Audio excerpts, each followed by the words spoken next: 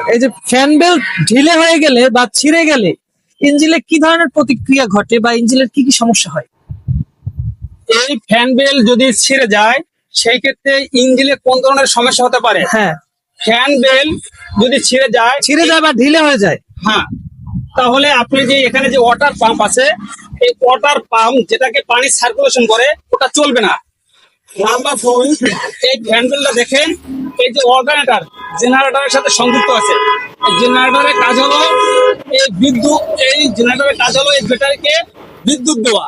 তখন এই জেনারেটর যখন জেনারেটরের পুলি যখন ঘুরবে না, তখন ব্যাটারিতে বিদ্যুৎও দিবে না। তাহলে আপনার এই ফ্যান বেলটা ছিঁড়ে গেলে এটা একটু গরম হবে, ব্যাটারিতে চার্জ দিবে।